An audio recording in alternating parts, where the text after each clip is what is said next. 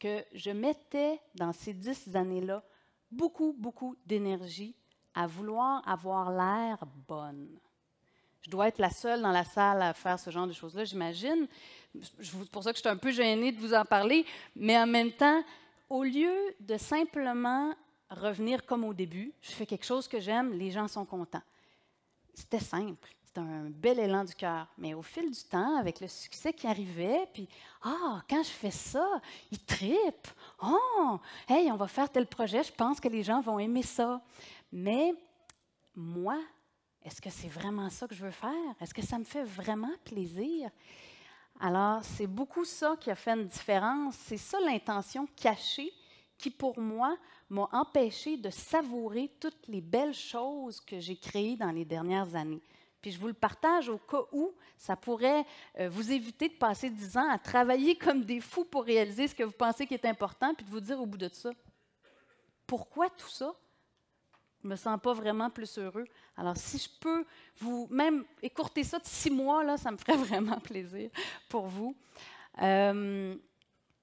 J'ai aussi, une fois que j'ai compris que mon problème, c'était de mettre toute mon énergie à vouloir être bonne au lieu de juste être bien, je me suis dit, c'est une belle constatation. Maintenant, par contre, il faut que j'ancre ça dans mon entreprise.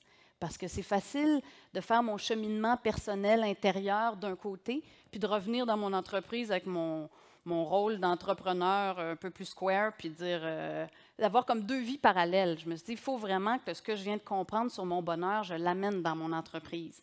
Alors, j'ai revu ma première mission d'entreprise avec ma nouvelle intention, me faire du bien. Et donc, la première mission, quand je la relis, je trouve ça comme drôle et un peu triste d'avoir fait une mission aussi peu porteuse, mais c'est ça, c'était ça le début. Alors, c'était écrit pour le plan d'affaires. D'ailleurs, moi, la mission, je voyais ça juste comme une autre affaire à écrire dans le plan d'affaires. Je ne m'étais pas posé plus de questions. Alors, la première mission, c'était fabriquer et vendre des chocolats fins dans une présentation contemporaine.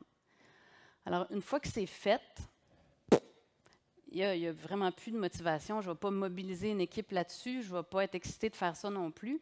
Donc, il fallait que j'aille chercher quelque chose de plus personnel. Donc, on a choisi adoucir la vie des gens à travers mes chocolats, de la plantation à la dégustation. Puis ça me parle plus, ça me fait plus vibrer. Ça me fait réaliser aussi que dans le fond, c'est peut-être aussi ma vie que j'avais besoin d'adoucir. Tu sais, j'ai mis ça pour mon entreprise, mais je pense que j'avais besoin que ça soit un petit peu plus doux. Et c'est ça. Donc ça me permet de me ramener à où je veux aller. C'est quoi qui est important pour moi. Et à travers tout ce nouveau chemin-là, qui fait que je suis beaucoup plus heureuse, qui fait une grosse, grosse différence pour moi dans mon entreprise, bien, j'ai appris à intégrer, à expérimenter. Des fois, je m'en vais carrément à la place qui ne me rend pas heureuse. Donc, essayer d'être bonne, travailler fort, plus vite, plus fort, en ouais, donc. Mais ça, je le sais, à chaque fois que je reprends ce chemin-là, ça ne marche pas. Mais je l'essaye encore. Je ne suis pas rendue une top à rester toujours sur le bon chemin.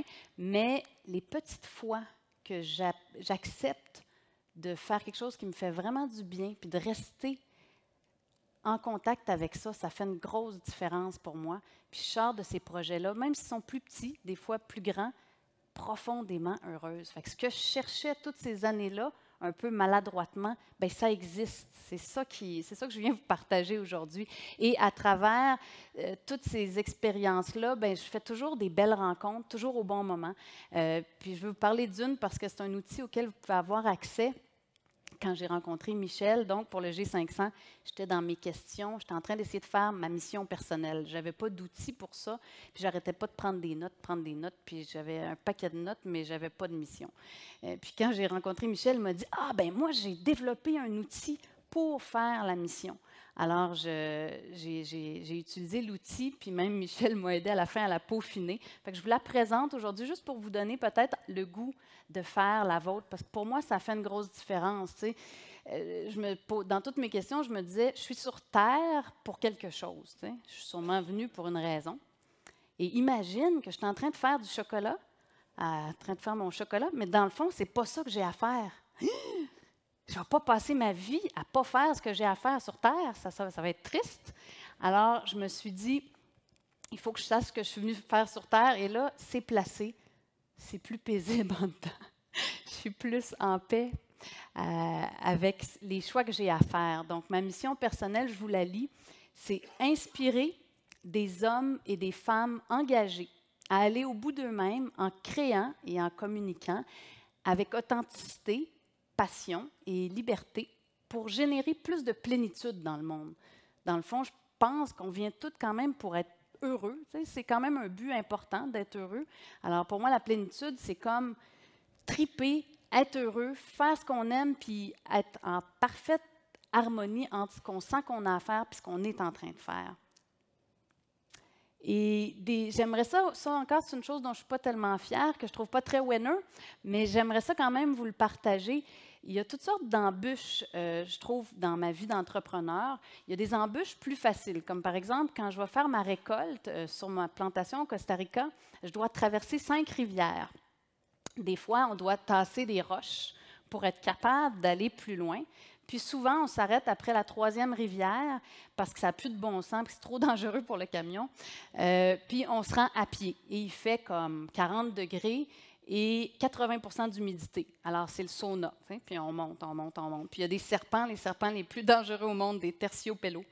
Donc, ça, c'est un genre de difficulté d'entrepreneur, mais assez le fun, finalement, puis pas trop confrontant. Un petit peu, il fait chaud, mais bon, ça va bien. Mais il y a des difficultés que je trouve plus inconfortables à rencontrer, comme par exemple, accepter que j'ai besoin des autres, qui fait toute la différence. C'est évident quand je regarde mon entreprise que j'ai besoin des autres. C'est sûr que je ne serais pas capable de faire ce que je fais tout seul. Mais pourtant, il y a toujours une partie de moi qui voudrait se faire croire que je suis capable tout seul. Fait que ça, c'est une des embûches que moi, je rencontre. Aussi, je ne sais pas grand-chose. J'aimerais ça me faire croire que je sais des affaires, puis que là, plus ça avance, là, j'ai acquis des connaissances, puis j'aimerais ça vous montrer même aujourd'hui que je sais des affaires. Mais dans le fond, si je suis sincère avec moi-même, je ne sais pas grand-chose. Puis quand je reste dans cet espace-là, ça fait de la place pour recevoir ce que j'ai de besoin, autant des informations qu'autant de l'aide. Puis finalement, une autre embûche qui est importante, moi, j'aurais aimé pouvoir réaliser mes rêves les plus fous, mais rester confortable. Oui, OK, faire des efforts. C'est sûr que dans ma vie d'entrepreneur, j'ai de la discipline, je fais des sacrifices. Oui, ça va.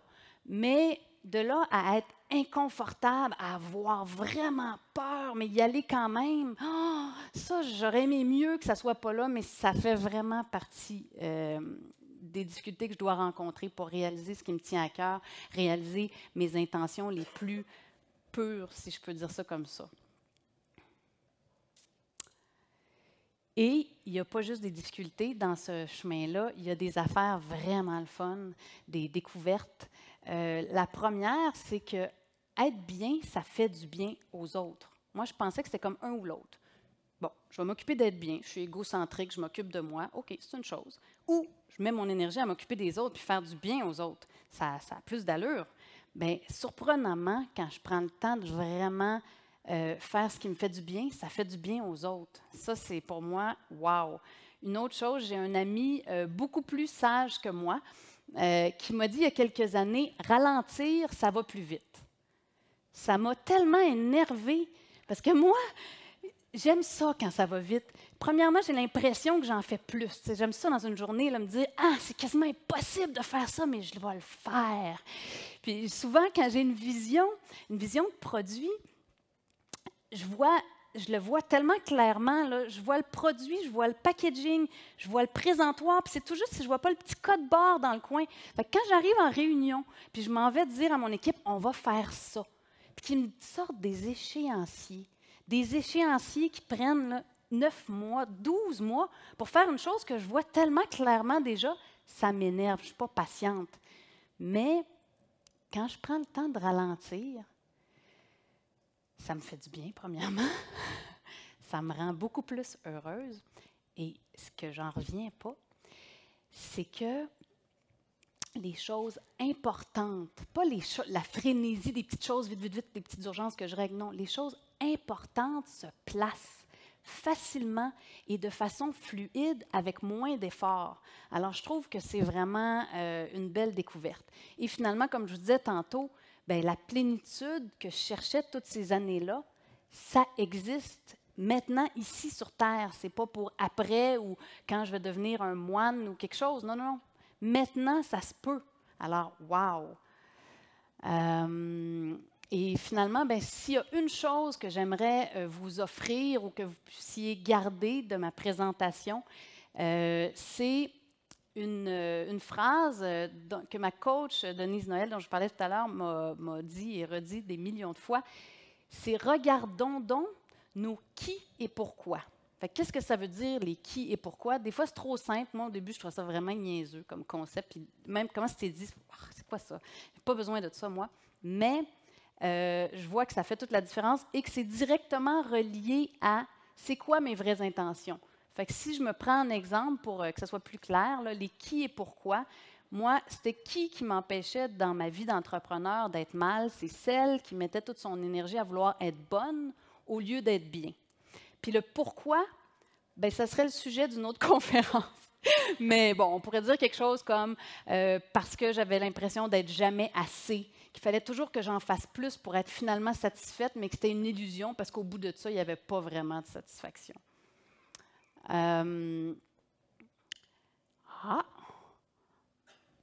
Pourquoi pas? OK. Ah oui, OK, c'est bon. Alors, donc, moi, je commence à goûter à ce chemin-là. Je ne le maîtrise pas parfaitement, puis je n'ai pas de recette, mais je vous souhaite tellement, puis peut-être que vous le vivez déjà tous, là, mais je vous souhaite tellement de prendre le temps de vivre pleinement heureux dans votre entreprise parce que ça fait toute une différence aussi sur la performance de l'entreprise, puis sur ce qu'on va être capable de créer pour la suite, pour demain.